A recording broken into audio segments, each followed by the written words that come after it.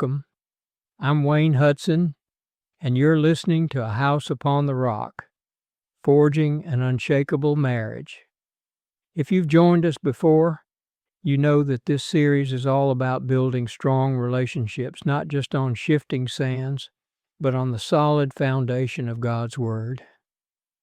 We talk about the hard stuff, the joyous moments, and the daily grind of making a marriage one that lasts, one that can weather any storm.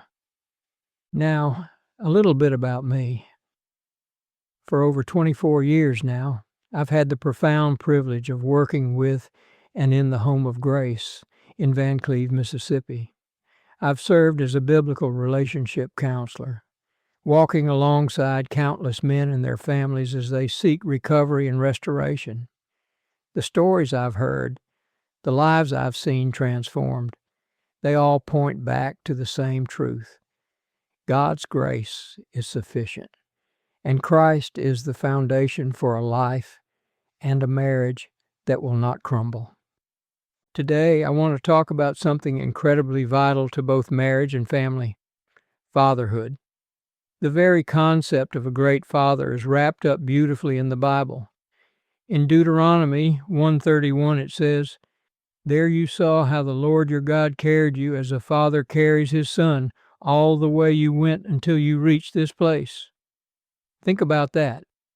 A father carrying his son all the way. As I reflect on that verse, my own dad comes to mind. You know, the last 10 years of his life, he moved way up the scale and finished pretty strong.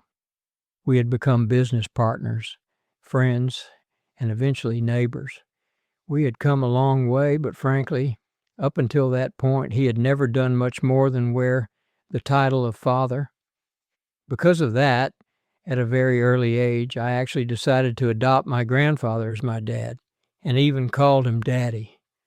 Over the years, I've often thought about what I would have wanted my biological father to do to regain that position I'd given to my grandfather.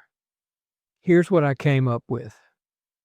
I would have wanted him to ask me some questions about my likes and dislikes, what was going on at school, what I thought about different things, to come into my room every now and then, sit on my bed, tell me good night, and that he was proud of me. To take a walk around the block with me on a cool summer night and just talk and laugh together. To go buy a baseball glove so we could play pitch together, or just come outside and throw the football with me. He wouldn't have chosen to drink himself into oblivion every night while his 3 children and wife watched. He would have shared with me his hopes and dreams and what motivated him to get up every day. He would have been faithful to my mother and not had other women in his life. He would have said something occasionally to encourage me and make me want to be more than just average. And I suppose, in a perfect world, he would have actually taken our family to church. I was always so embarrassed that my friends and their families went, and we didn't. He might have even told me that he loved me at least once. So, what does a great father look like? Probably not much like my dad. You know, parenting is a very imperfect science. Just when you think you have it figured out, you get a big surprise. I've known some who were great parents, but their kids rebelled and caused them a lot of heartache. I've also known some that did an awful job at parenting, and their kids did well in spite of it. It's a complicated thing. But we do have some incredible blueprints. There are some great fathers in the Bible. Noah left his family a legacy of work and obedience to God. Abraham left his family a legacy of obedience and strong faith. Then there's Moses, father to 2 sons, Gershom and Eleazar. He also served as a father figure to the entire Hebrew people. He was their deliverer from slavery. He loved them, helped discipline, and provided for them on their 40-year journey. Moses shows today's fathers that overwhelming tasks can be achieved when we stay close to God, walk with God, and seek God with our whole heart. So what does a great father look like? Probably a lot like Noah, Abraham, and Moses. And then there was Joseph, the foster father of Jesus and one of the most underrated fathers in the Bible. He went to great pains to protect his wife Mary and their baby.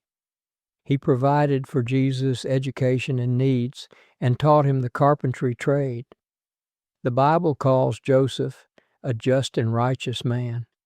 Jesus must have loved his guardian for his quiet strength, honesty, and kindness. Over the years, I've come in contact with a lot of people who grew up with dads like mine, and some a lot worse. I remember a young lady I met who was 18. She told me about her childhood, mostly about her father. She described him taking her to his favorite bar when she was a little girl. He'd put her on a stool, get her something to eat, and then he would proceed to get drunk. As she got older, around 10 or 11, he would come into her room after everyone was asleep and lay down with her. She loved him so much, and he would tell her he loved her even more than her mom. Then he would begin to touch her. This, of course, escalated in just a short time to where, as she put it, she became his regular sexual partner.